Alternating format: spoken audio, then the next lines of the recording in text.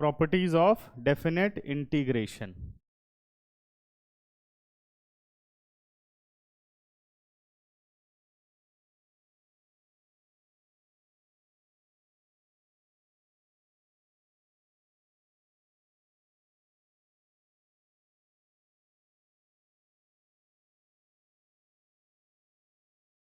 Definite integration या definite integrals, ठीक है ना, इसकी प्रॉपर्टीज हमें करनी है।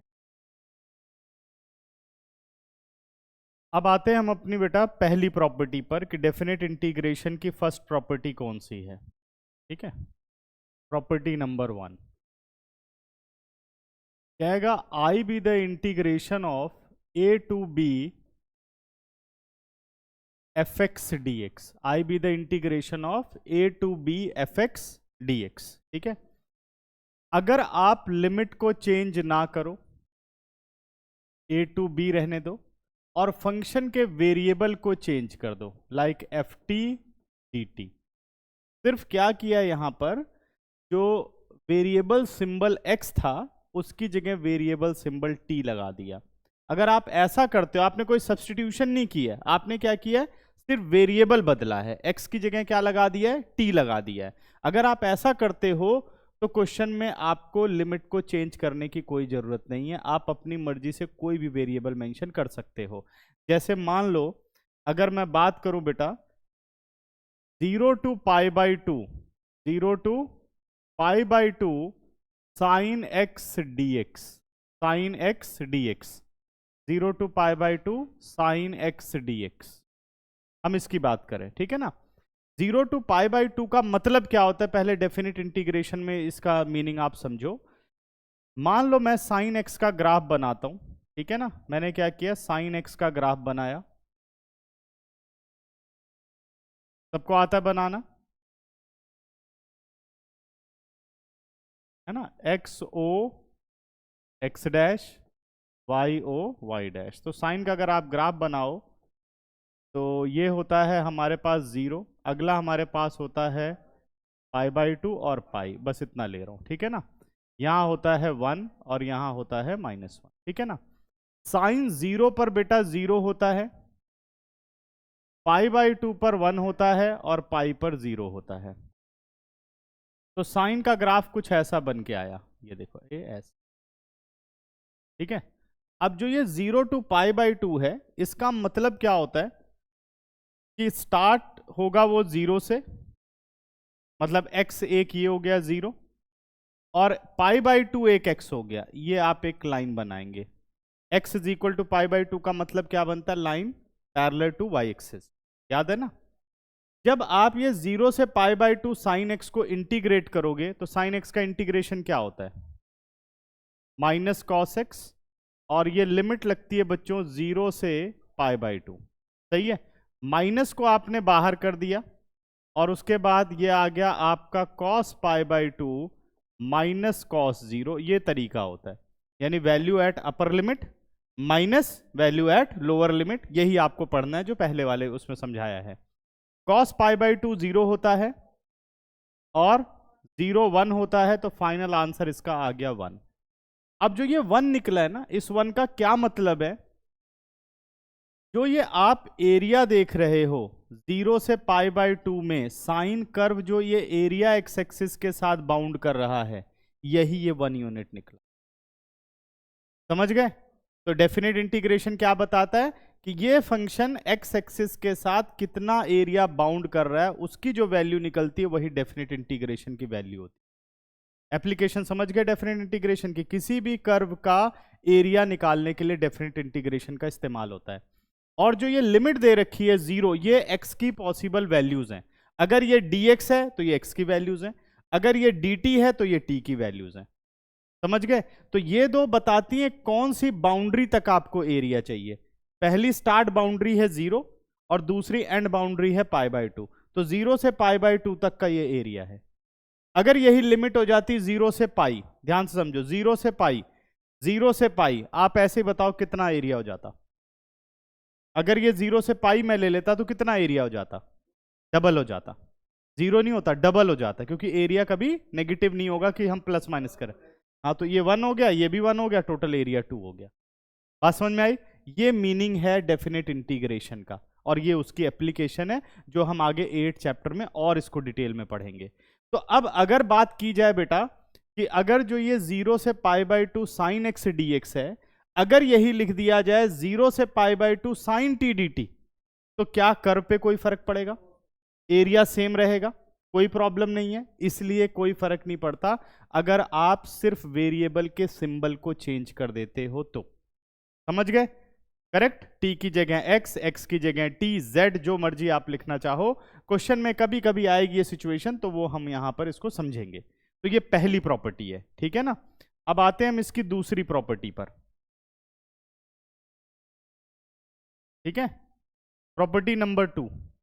प्रॉपर्टी नंबर 2 कहती है integration of a to b fx dx, integration of a to b fx dx। अगर आप इस प्रॉपर्टी में लिमिट को इंटरचेंज कर दो, जैसे b टू a कर दो, लोअर लिमिट हमेशा छोटी होती है, अपर लिमिट हमेशा बड़ी होती है, लेकिन अभी सिचुएशन चेंज हो गई, lower limit upper limit smaller हो गई और लोअर लिमिट लार्जर हो गई। तो जब भी आप लिमिट को इंटरचेंज करेंगे तो अपने आप बाहर माइनस साइन आपको लगाना होगा, ठीक है, माइनस fx dx। अब ऐसा क्यों? मान लो इसका इंटीग्रेशन आया कैपिटल fx, इसका इंटीग्रेशन कितना आ गया? Capital fx। मान लो ये, ठीक है ना, ऐसे ही समझो, कुछ नहीं है। मान लो इसका इंटीग्रेशन कैपिटल fx आया, तो हम लिमिट क्या लेंगे बेटा? a टू b, सही है। आपका आउटपुट क्या बना? Value of the function at upper limit minus value of the function at lower limit. यही काम जब आप वहां पे करोगे तो value of the function at upper limit यानी fa माइनस fb, तो क्या ये दोनों सेम रहे? नहीं। तो अगर माइनस कॉमन लोगे तब दोनों सेम हो जाएंगे। तो इसलिए जब भी आप लिमिट को इंटरचेंज करते हो बाहर माइनस लगाते हैं। ये सेकंड प्रॉपर्टी है, ठीक है ना। पहली प्रॉपर्टी हो गई, दूसरी प्रॉपर्टी हो गई, क्लियर। अब आते हैं प्रॉपर्टी नंबर 3 पर, ठीक है। अब हम आते हैं प्रॉपर्टी नंबर 3 पर।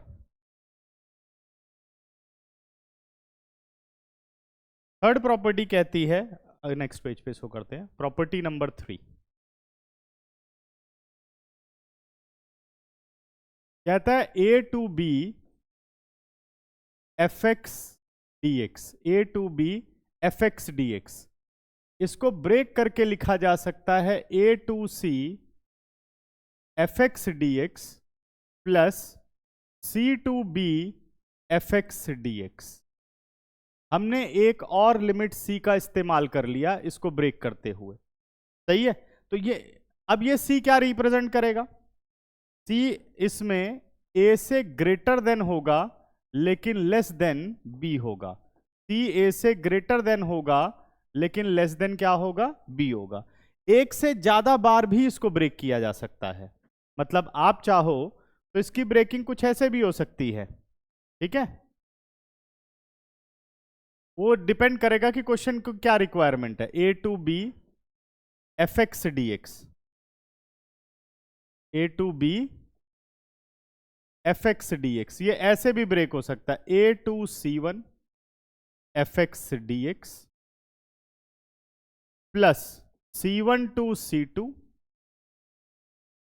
fx dx plus up to so on, जो भी वैल्यू यहां बनेगी। मान लो c3 या हम कर लेते हैं cn-1 या cn कर लेते हैं cn to b fx dx।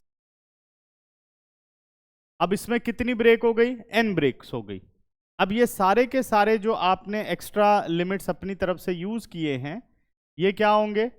Greater than a यानी c1, उससे बड़ा c2, up to so on cn और लेस देन b, ठीक है। तो ये इनका रिलेशनशिप रहेगा, ठीक है ना। लेकिन 3 से ज्यादा ब्रेक सिलेबस में, सिलेबस क्या कह सकते हैं, क्वेश्चन ही नहीं है। ऐसा नहीं 4-5 ब्रेक हो जाएंगे, फिर कुछ और तरीका लगाएंगे, ठीक है ना। 3 मैक्सिमम है जितने क्वेश्चन हमें मिले हैं। अब आप ये देख लो कि पहली जो 2 प्रॉपर्टीज हैं, ये जो पहली 2 प्रॉपर्टी आपने पढ़ी, पहली प्रॉपर्टी कहीं क्वेश्चन के बीच में यूज होगी, डायरेक्ट इस पे कोई क्वेश्चन नहीं है, ठीक है ना। दूसरी प्रॉपर्टी भी कहीं किसी क्वेश्चन के बीच में इस्तेमाल होगी, डायरेक्ट कोई क्वेश्चन नहीं देगा इसके ऊपर, ठीक है ना। अब ये जो तीसरी प्रॉपर्टी है, यहां से शुरू होते हैं क्वेश्चन बनने, ठीक है ना। अब देखो तीनों में कोई कंफ्यूजन नहीं, जैसे मुझे आया भाई ए टू बी, तीनों क्या लेफ्ट हैंड सही है, A to B A to B A to B. पहले वाला मैं समझ गया, देखेंगे वो तो कोई काम का नहीं है, दूसरा भी कोई काम का नहीं है, मतलब कोई स्टार्टिंग क्वेश्चन नहीं हो सकता। अब ये तीसरी प्रॉपर्टी जो है, अगर ये फंक्शन एक मॉडुलस फंक्शन है, ग्रेटेस्ट इंटीजर फंक्शन है, तो समझ जाओ यही प्रॉपर्टी लगेगी, नहीं तो प्रॉपर्टी नहीं लग सकती। समझ गए? कब लगेगी? ग्रेटेस्ट इंटीजर और मॉडुलस, सिग्नम, जिनमें क्या होता है कि जो डोमेन होती है वो ब्रेक करके दी होती है कि यहां से यहां तक फंक्शन की ये वैल्यू है, यहां से यहां तक फंक्शन की ये वैल्यू है। ऐसे केस में हम हमेशा इस डिस्ट्रीब्यूटेड प्रॉपर्टी को लगाते हैं, ठीक है। तो सबसे इंपॉर्टेंट इसमें मॉडुलस और ग्रेटेस्ट इंटीजर है, उन्हीं में ये क्वेश्चन आता है, ठीक है। जैसे ही आ जाए समझ जाओ ये प्रॉपर्टी लगने वाली है। क्लियर है? अब एक एग्जांपल लेते हैं, ठीक है। तो अगर मान लो हमें एक क्वेश्चन मिला, पहले एक सिंपल सा मैं क्वेश्चन लेता हूं, हर एक प्रॉपर्टी पर हम क्वेश्चन करते हुए चलेंगे बेटा, ठीक है ना। मान लो मुझे एक क्वेश्चन मिला, I be the integration of -1 to 2 mod x - 1 dx। ये मुझे एक क्वेश्चन मिला कि भाई इसको इंटीग्रेट करो। तो जैसे मुझे मॉडुलस फंक्शन दिखा, मैं समझ गया कि यहां पे काम प्रॉपर्टी नंबर 3 का है। वैसे नंबर याद नहीं करना है, क्योंकि नंबर तो ऊपर नीचे हो सकते हैं, ऐसा कुछ डेफिनेट नहीं है कि 1 पे यही है 2 पे यही है। तो पढ़ा रहा हूं तो फिलहाल बोल दूंगा 3, तो याद रखना, ठीक है ना। अब ये समझ जाओ कि अंदर क्या है, मॉड है, ठीक है। नोट मत करो, ध्यान से समझो पहले, ये क्या है, मॉड है। अगर मॉड है -1 to 2 है, तो इसका मतलब मुझे इस मॉड को पहले हटाना होगा, और मॉड तभी हटेगा जब ये लिमिट डिस्ट्रीब्यूट होगी। क्लियर हुआ? अब इसकी पूरी प्रेजेंटेशन समझो कि कैसे इसे प्रेजेंट किया जाता है, पेपर में कैसे लिखनी है हर बात, ठीक है ना। तो सबसे पहले मॉडुलस फंक्शन, जैसे मैंने समझाया था कि भाई एक रफ लाइन बना लो, कब नेगेटिव होगा कब पॉजिटिव होगा इसका पता लगाओ। ये आपने एक रफ लाइन बना ली। अब ये देखो, ये स्टार्ट कहाँ से हो रहा है, पहले उसको मार्क करो। स्टार्ट कहाँ से हो रहा है, -1, एंड कहाँ हो रहा है, 2 हो रहा है, आ रहा है। अब इसके बाद जो अंदर मॉड x - 1 है, अंदर वाला जो x - 1 है 0 के बराबर रखो। x कितना आ गया, 1, मिडल वैल्यू मिल गई, ये रही हमारी मिडल वैल्यू 1। कई बार ये बीच में भी नहीं होगा, तो सिचुएशन बताऊंगा, उसको देखेंगे, हम सॉल्व करेंगे। -1, 1 और 2, अगर ये इनके बीच में आ रहा है, ठीक है, अंश लिख मत, ये इनके बीच में अगर आ रहा है, तो मुझे ये पता चल गया क्या एक ही पॉइंट इनके बीच में, अगर एक पॉइंट है तो पहला ब्रेक यानी C मिल गया है मुझे। -1 से देखो बड़ा है और 2 से छोटा है, यही ब्रेकिंग पॉइंट हो गया। अब चेक करो कि -1 से 1 के बीच में इस मॉड फंक्शन, ये मॉड फंक्शन नेगेटिव होगा या पॉजिटिव होगा। -1 से 1 के बीच में रख के देखो कोई नंबर, आप मॉड मत देखो, विदाउट मॉड सोचना है आपको, नेगेटिव होगा। अंदर वैल्यू क्या है, नेगेटिव है, तो आप यहां माइनस मार्क कर दो, ठीक है। 1 से 2 के बीच में पॉजिटिव, कुछ भी रख के देखो, ये प्लस हो गया, ठीक है ना। अब इसको चाहे तो शो करो, नहीं करना चाहते तो कोई बात नहीं। अब शो क्या करना है पेपर में, उसको देखो, ठीक है ना।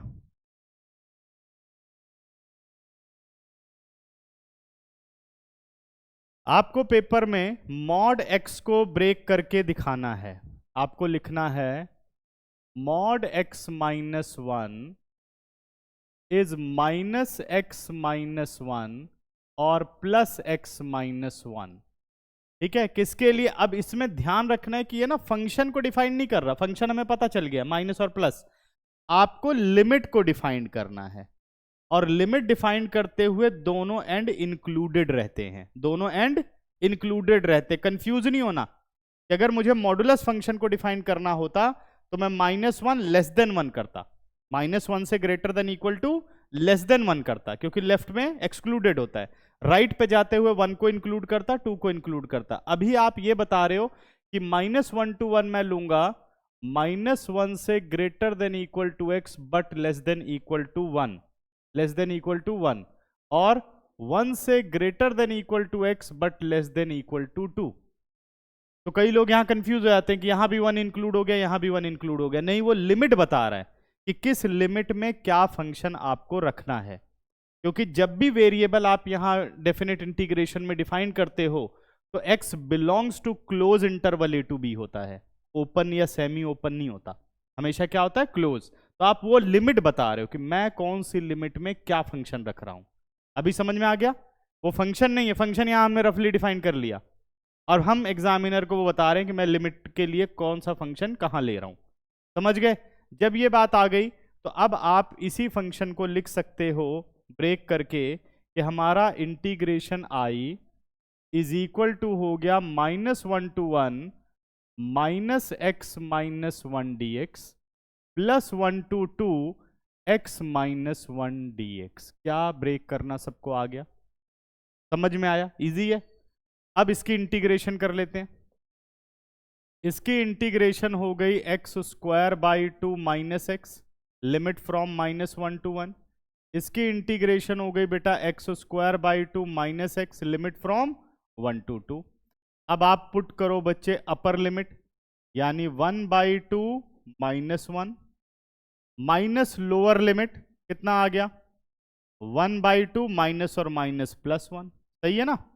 अपर लिमिट पे पूरे फंक्शन की वैल्यू माइनस लोअर लिमिट पर पूरे फंक्शन की वैल्यू, फिर प्लस। अब आ जाओ, अपर लिमिट कितना हो गया, 4/2 -2 माइनस लोअर लिमिट 1/2 -1। अब ये कैलकुलेशन आपके ऊपर है कि आप कितना शॉर्ट कर सकते हो, उससे कोई फर्क नहीं पड़ता। Plus half -1 minus half, plus half और प्लस 1, प्लस हाफ प्लस 1 कितना हो गया, 3/2 माइनस हाफ और माइनस 3/2 और प्लस 2 -2 0 और प्लस हाफ। सही है ना बेटा? सही है। ये सारे प्लस हो गए, देखो हाफ 3/2 प्लस हाफ 3 और 1 4 और 1 5, आंसर सीधा आ गया हमारा 5/2। ये इसका फाइनल आंसर हुआ। क्लियर हुआ? कोई डाउट तो नहीं किसी को?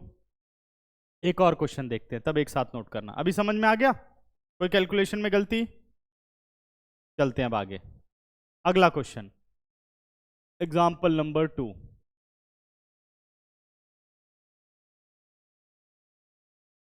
अब मान लो हमारे पास एक ट्रिग्नोमेट्रिक फंक्शन आ गया 0 to pi cos x mod dx। कह रहा है भाई इसे इंटीग्रेट करो, cos x mod dx। अब cos में क्या होता है ना, cos में इस तरीके से नहीं लेना कि हमने इसको रख दिया 0 के बराबर फिर वैल्यू निकालने लग गए। कोई ट्रिग्नोमेट्रिक फंक्शन आए तो ऐसा नहीं करना। क्या करना है आपको कि सबसे पहले हम एक लाइन बनाते हैं। स्टार्ट कहां से हो रहा है, स्टार्ट विद 0, एंड कहां हो रहा है, पाई पर। अब आपने क्या करना है कि हर एक इंटरवल्स जो क्वाड्रेंट होता है वो कितने रोटेशन पे रहता है, 90 पर। आप 90 बढ़ना शुरू कर दो तो एक ही आएगा बच्चे, π/2 आ गया। एक ही आया ना, π/2। अब π/2 की बात करें तो 0 से π/2 कॉस कौन से क्वाड्रेंट में है, पॉजिटिव या नेगेटिव, तो ये प्लस हो गया। ठीक है ना? ध्यान रखना है, नहीं तो सब याद कर लेते, पहला नेगेटिव होता है दूसरा पॉजिटिव होता है, ऐसे नहीं, इसके अकॉर्डिंग चलना है। ये बहुत हेल्प करती है लाइन।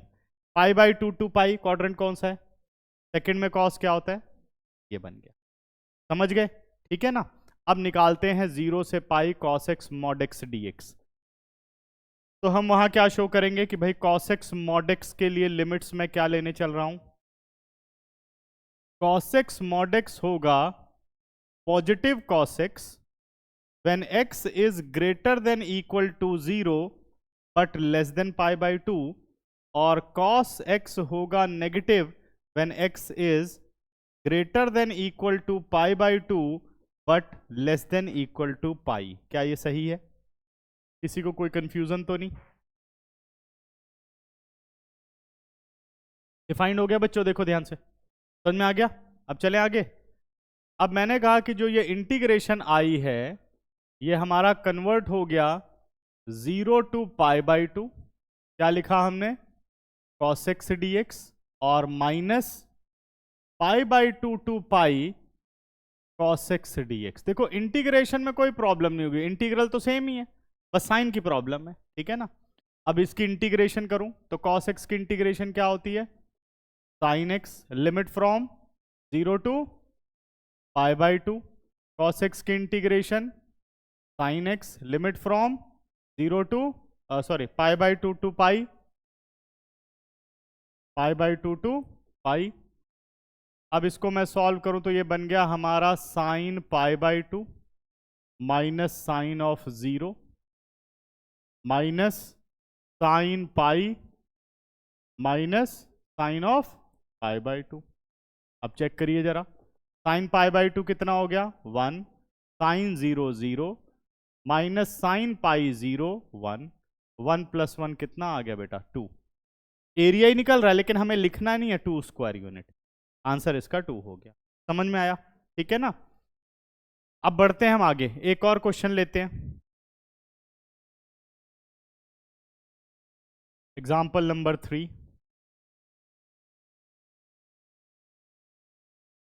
इसको समझो, मान लो हमें क्वेश्चन मिला I be the integration of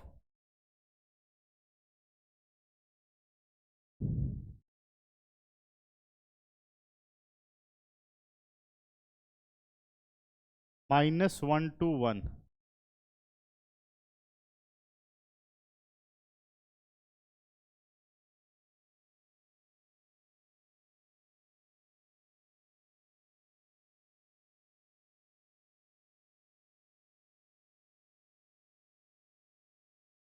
0 to 2 mod x plus 2 dx। मान लो हमें ये इंटीग्रेशन मिले, ठीक है ना। अब क्या कर सकते हैं इसमें, तो हमने देख लिया भाई मॉडुलस है, डिस्ट्रीब्यूट प्रॉपर्टी लगेगी, तो सबसे पहले हम लाइन बना लेते हैं। स्टार्ट कहाँ से हो रहा है, स्टार्ट कहाँ से हो रहा है 0 से, एंड कहाँ हो रहा है 2 पर। मिडल वैल्यू निकालो, क्या आ रही है मिडल वैल्यू -2। क्या 0 से 2 के बीच में -2 आता है, नहीं 0 से 2 के बीच में -2 नहीं आता। चलो यहाँ कहीं बाहर लिख देता हूँ -2, क्या लिख दिया मैंने -2, सही है। 0 से 2 के बीच में आप इस मॉड फंक्शन को चेक करो, प्लस आएगा कि माइनस आएगा, माइनस होने के कोई चांस है, बीच में कोई वैल्यू ही नहीं है। तो अब आपने ये देख लिया मॉडुलस तो लगा हुआ है, लेकिन ऐसा कोई जरूरी नहीं कि वो पक्का ब्रेक ही होगा कि भाई हमें लिमिट चाहिए ही चाहिए। अब लिमिट हमारे पास काम ही नहीं कर रही है इसके अंदर, तो हम क्या करेंगे, सीधी बात कि इसका मतलब ये बन गया 0 से 2 इस रेंज में जो गिवन मॉडुलस है वो ऑलवेज पॉजिटिव होगा, तो मॉड सिंबल ही हट जाएगा। समझ गए, या कोई ऐसी लिमिट आई जिसमें सिर्फ नेगेटिव ही होगा तो सिर्फ नेगेटिव ही लेंगे। समझ में आ रहा है, ऐसा कोई जरूरी जरूर ब्रेक होगा मॉडुलस होगा तो, ठीक है ना। अब इसे अगर मैं इंटीग्रेट करूं तो क्या आंसर आ गया, एक्स स्क्वायर बाई 2 का हो गया 2x, limit from 0 to 2। Upper limit बच्चों 4/2 प्लस 4 लोअर सारी 0 हो गई, आंसर इज 6। आंसर कितना आ गया 6 आ गया। सबको समझ में आया यहां तक, ठीक है। चलो एक और क्वेश्चन करते हैं,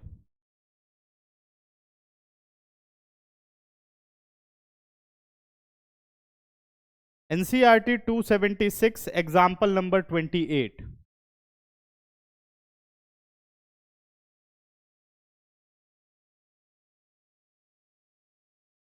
एग्जाम्पल नंबर 28, देखो ये वाला क्वेश्चन। अब ये समझ गए तो सारा समझ में आ जाएगा मॉडुलस के बारे में। I be the integration of -1 to 2, और कोई मत लिखना, इसके बाद मैं आपको नोट करने के लिए ही छोड़ूंगा, रुक जाओ अभी। -1 to 2 mod x³ minus x dx, सही है। अब अंदर क्या है, एक क्यूबिक पॉलिनोमियल है, अंदर क्या है क्यूबिक पॉलिनोमियल है। पहला काम हमारा होगा, नंबर लाइन बनाने से पहले हम सिंप्लीफाई करेंगे और x की एग्जैक्ट वैल्यूज निकालेंगे। x³ minus x is equal to 0 रख लिया, ठीक है। x हमने कॉमन ले लिया, X square minus one is equal to 0 हो गया। फैक्टर बन गए X minus one, X plus one is equal to 0। कोई ये गलती नहीं करेगा कि एक्स को उधर ले गए, एक एक्स से एक एक्स काट दिया, ठीक है, कि एक्स को उधर ले गए, एक एक्स से एक एक्स काट दिया, वो गलती नहीं करनी है। तो पॉसिबल वैल्यूज क्या हो गई एक्स की, इधर this factor is equal to 0 यानी एक्स 0 आ गया, X minus one is equal to 0 X 1 आ गया, X plus one is equal to 0 minus 1 आ गया। क्या ये तीन वैल्यूज हमारे पास आ गई हैं, ठीक है ना। अब आते हैं हम अपनी नंबर लाइन पर, ये समझने के लिए कि कब ये नेगेटिव होगा और कब ये पॉजिटिव होगा। तो start with minus one, start कहां से हो रहा है, माइनस वन से, एंड किस पे जा रहा है, एंड हो रहा है बच्चों 2 पर, ठीक है। बीच में अब माइनस वन का तो काम खत्म है क्योंकि यहीं से शुरू ही हो रहा है, तो इसकी जरूरत नहीं है। अब क्या क्या आ सकता है बीच में, 0 आ सकता है और बीच में 1 आ सकता है। तो यहां जो ब्रेकिंग पॉइंट हो गए वो कितने हो गए, 2 हो गए, सही है। अब चेक करने का तरीका देखो, यहां पर भी पुट करके चेक कर सकते हो, लेकिन जब मैं यहां फैक्टर बना चुका हूं तो यहां जल्दी नहीं चेक हो जाएगा कि नेगेटिव होगा कि पॉजिटिव होगा, है ना। तो देखो जैसे माइनस वन से 0, सपोज मैंने ले लिया माइनस वन बाई टू, तो पहला नेगेटिव, दूसरा भी नेगेटिव और तीसरा पॉजिटिव है। फाइनल आंसर क्या हो गया, यानी इस रेंज में क्या हो गया, प्लस, सही है ना, इस रेंज में क्या हो गया, प्लस, ठीक है ना। अब आ जाओ 0 से 1, 0 से 1 प्लस हाफ ले लेते हैं, प्लस हाफ लूं तो पहला पॉजिटिव, दूसरा नेगेटिव, तीसरा पॉजिटिव, फाइनली क्या होगा, नेगेटिव होगा, सही है। क्योंकि वहां करते तो भी कैलकुलेशन बहुत बढ़ जाती, तो ये ध्यान रखना है, हमेशा फैक्टर बना के काम करना है, लेकिन उस फैक्टर में से कुछ गायब नहीं होना चाहिए कि कोई कैंसिल वगैरह हो चुका फिर हम ये काम करें। इनिशियल स्टेज पर करना है काम, ये और ये एक ही बात है, ये समझो आप।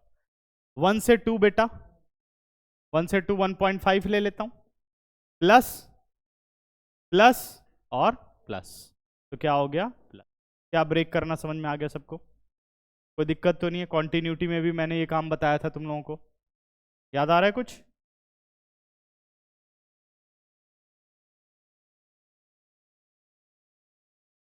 अब आते हैं भाई, हमें डिफाइन करना है अपने फंक्शन को, फंक्शन डिफाइन कर लेते हैं। फंक्शन कह रहा है X cube minus X whole mod, तो मैंने कहा कि मैं इसे लूंगा पॉजिटिव, यानी एक्स क्यूब माइनस एक्स, किस रेंज में बेटा, when X is greater than equal to minus one less than equal to 0, एक रेंज ये होगी। दूसरा 1 से greater than equal to X but less than equal to 2, ये इसकी दूसरी लिमिट होगी। और नेगेटिव किस रेंज में होगी, minus x cube minus x, range कहने का मतलब मेरा लिमिट है, ठीक है ना, 0 से greater than equal to X less than equal to 1। क्या ब्रेक करना आ गया सबको, समझ में आ गया। अब बहुत ही सिंपल हो गया, इंटीग्रेशन बिल्कुल सिंपल है, इंटीग्रेशन में क्या है इसमें, है ना। तो आई हमारा चेंज होके आ गया, बाकी कैलकुलेशन का ध्यान रखना है, इसमें कैलकुलेशन बहुत गलत होती है।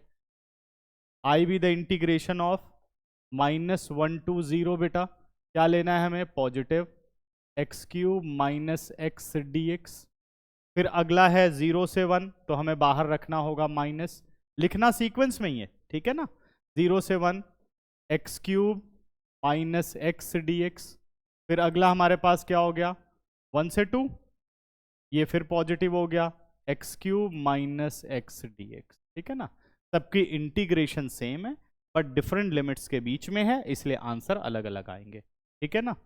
अब एक्स क्यूब माइनस एक्स की बात करूं तो इंटीग्रेशन क्या होगी, x 4/4 minus x square by 2, limit from -1 to 0, minus x 4/4 minus x square by 2, limit from 0 to 1, plus x 4/4 minus x square by 2, limit from 1 to 2। अब बेटा put कर लेते हैं अपर लिमिट, अपर लिमिट डाली तो 0 0, लिख दो ना direct, 0 minus lower limit -1/4 positive हो गया, -1 स्क्वायर बेटा ये नेगेटिव हो गया, मतलब -1 का स्क्वायर पॉजिटिव, माइनस बीच में है तो माइनस ही रहा। फिर minus upper limit 1/4 -1/2, lower limit सारी 0 हो गई, प्लस 2:4 16/4, 2:2 4/2, -1/4 -1/2। अब सारा सॉल्व कर लेते हैं। एलसीएम कितना आ जाएगा 4, 1 - 2 -1/4 माइनस और माइनस +1/4। सेम यहां सिचुएशन करें तो इधर आ गया 2, 1 - 2 -1/4 और ये भी हो गया +1/4। अगला बेटा 4 4 द 16 और 2 2 द 4, 4 - 2 कितना आ गया +2 और 1/4 माइनस हाफ कितना बचेगा -1/4, -1/4 और माइनस हाफ है +1/4। तो सीधा आंसर बना लेते हैं 2 + 3/4, है ना। 4 2 ज़ा 8 और 3 11/4। चेक करो आंसर आ रहे हैं, ठीक है। समझ गए ये सारे क्वेश्चन, ठीक है। अब चलो नोट करो। अच्छा, अब आते हैं हम अगली property, property number 4। Fourth property है हमारे पास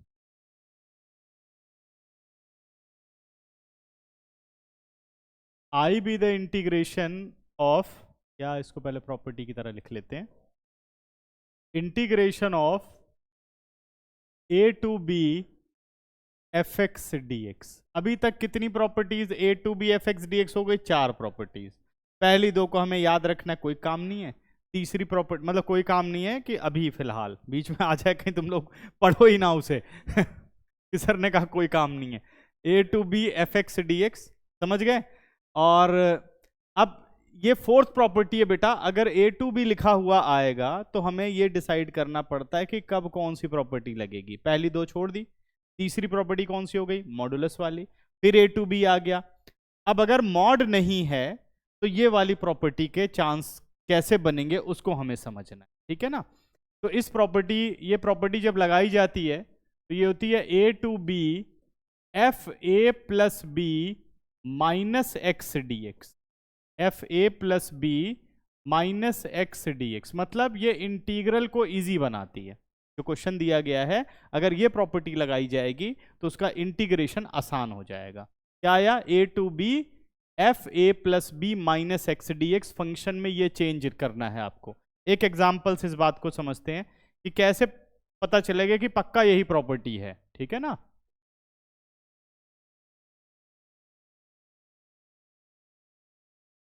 देखो, जैसे मान लो बच्चों इंटीग्रेशन आ गई 1 to 2 √3 minus x upon √x plus √3 minus x D x.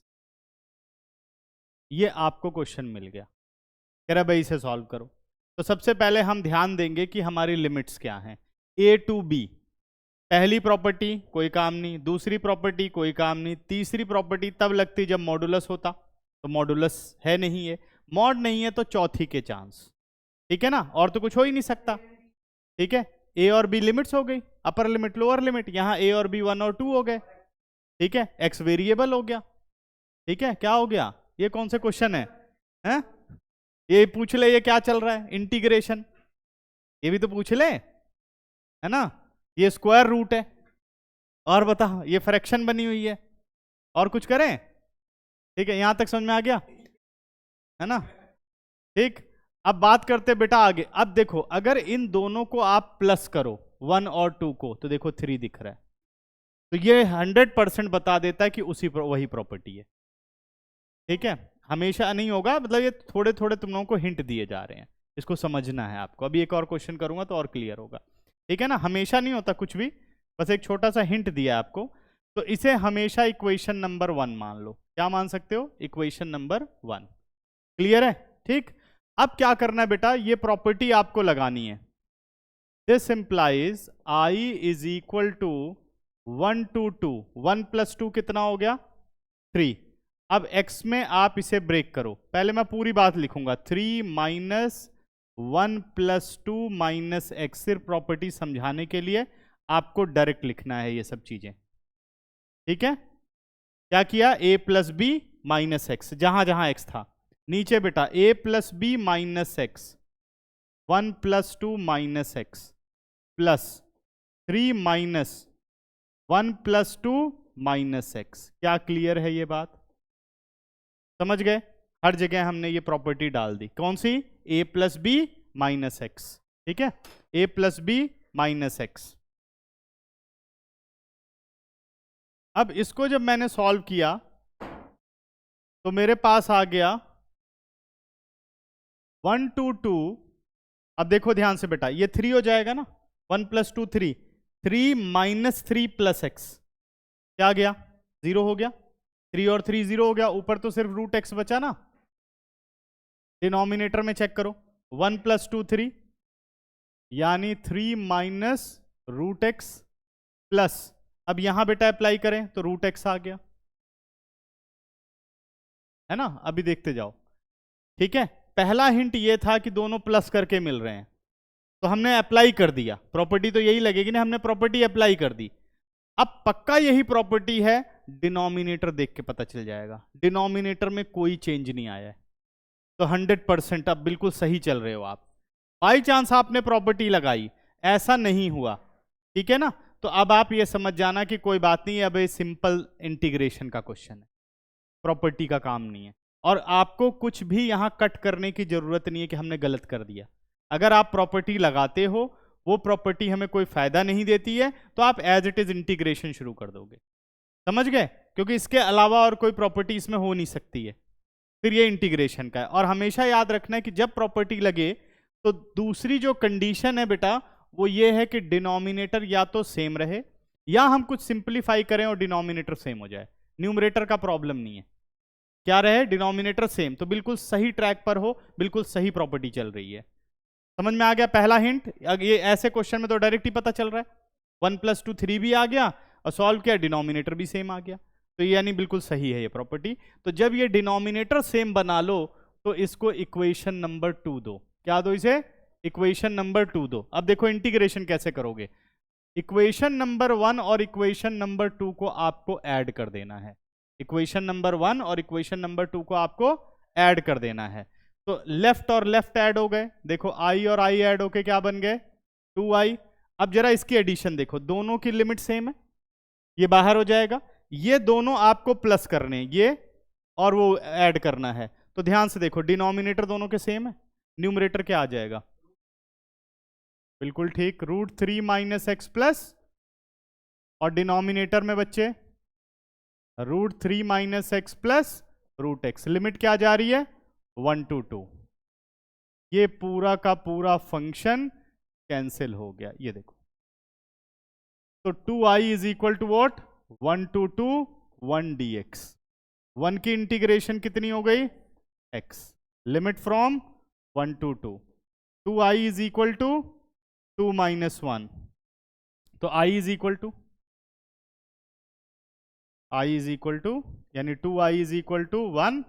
This implies i = 1/2। ये इसका फाइनल आंसर हुआ। ठीक है ना? बहुत क्वेश्चन आते हैं इस प्रॉपर्टी पर। ठीक है, समझ में आया? करेक्ट। एक और क्वेश्चन लेते हैं, फिर नोट करना तुम लोग।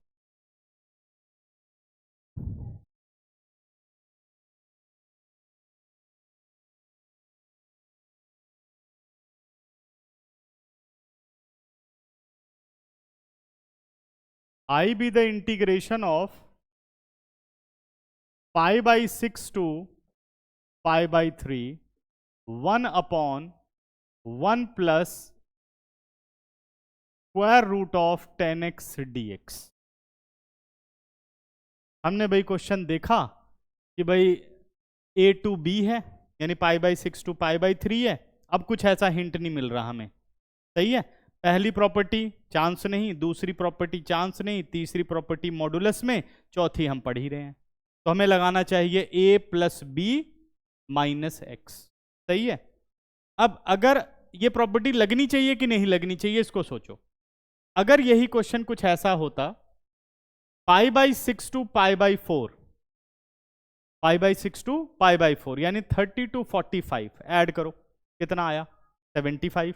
75 इन क्वाड्रेंट फर्स्ट है, कोई फर्क नहीं पड़ेगा। अब जरा इन दोनों को प्लस करो, π/6 और π/3 90, 90 माइनस थीटा कोई असर डालता है? ट्रिग्नोमेट्रिक रेशियो पर 90 माइनस थीटा असर डालता है कि नहीं? चेंज हो जाते हैं ना। तो इसका मतलब अगर मैं a plus B minus x करूं तो कोई फर्क जरूर पड़ेगा। समझ गए? तो यही एक पहले हम छोटा सा हिंट समझ करके चले कि हाँ इसको बदलेगा जरूर, बदलेगा तो मुझे ये प्रॉपर्टी लगानी चाहिए। क्लियर है? और मान लो प्रॉपर्टी लगाने के बाद कोई फायदा नहीं हो तो कोई बात नहीं, वहीं से फिर आगे क्वेश्चन शुरू कर देंगे, फिर सिंपल इंटीग्रेशन करनी शुरू कर देंगे। ठीक है ना? तो अब पहले तो मैं इसको मान करके चलता हूं, चलो इसको इक्वेशन 1 मान ही लेते हैं। ठीक है ना? अब अप्लाई कर देते हैं। a plus B minus x यानी 1/1 प्लस रूट 10, सीधे लिख दूं बेटा π/2 माइनस एक्स, किसी को कोई दिक्कत तो नहीं? अब a प्लस बी नहीं लिख रहा हूं प्रॉपर, दिक्कत है? a प्लस बी π/6 प्लस π/3 यानी 30 प्लस 60 कितना हुआ? 90 लिख दिया π/2। अभी सही है? करेक्ट? लिखना चाहे तो खुद लिख ले एक लाइन, π/3 प्लस π/6 माइनस एक्स, है ना? 10 90 माइनस थीटा क्या बन गया? 1/रूट कॉट एक्स। अब समस्या ये हो गई भाई, डिनोमिनेटर तो वो आया नहीं जो हमने दूसरी कंडीशन रखी थी। अब सोचते हैं क्या पता सॉल्व करके आ जाए। तो अगर मैं रूट कॉट एक्स को चेंज करना चाहूं डिनोमिनेटर को देखते हुए तो किस में बदलना पड़ेगा? जल्दी बताओ। 1/1 प्लस रूट 10x में चेंज कर सकता हूं कि नहीं? कॉट एक्स को लिखा 1/10x, 1 का रूट 1 हो गया और रूट 10x का रूट 10x रहा।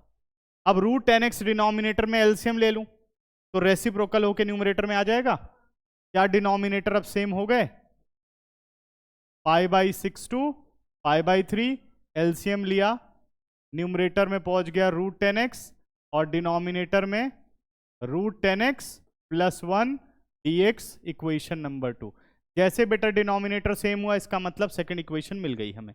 ठीक है? अब दोनों को कर दो add, first plus second, i और i ऐड होके क्या बन गए? 2i, π/6 टू π/3, यहां सीधे 1 dx लिख दूं, कट करने की तो जरूरत ही नहीं है। जब मैं प्लस करूंगा बेटा 1 प्लस रूट 10x और 1 प्लस रूट 10x है क्या? 1 प्लस रूट 10x, सही है ना? और डिनोमिनेटर में 1 प्लस रूट 10। आप भी पेपर में ऐसे कर सकते हो, कोई जरूरी नहीं कि आप लिखो। ठीक है ना? तो ये 1 हो गया, 1 का इंटीग्रेशन कर दो। 1 का इंटीग्रेशन क्या हो गया? x, limit from π/6 to π/3। अब ब्रेक करूं तो कितना आ जाएगा? 2i is equal to π/3 minus π/6, यानी आंसर कितना आ गया बेटा? π/6। What about i? π/12। ये इसका आंसर हुआ। क्या प्रॉपर्टी नंबर 4 सबको क्लियर हो गई? कोई डाउट तो नहीं?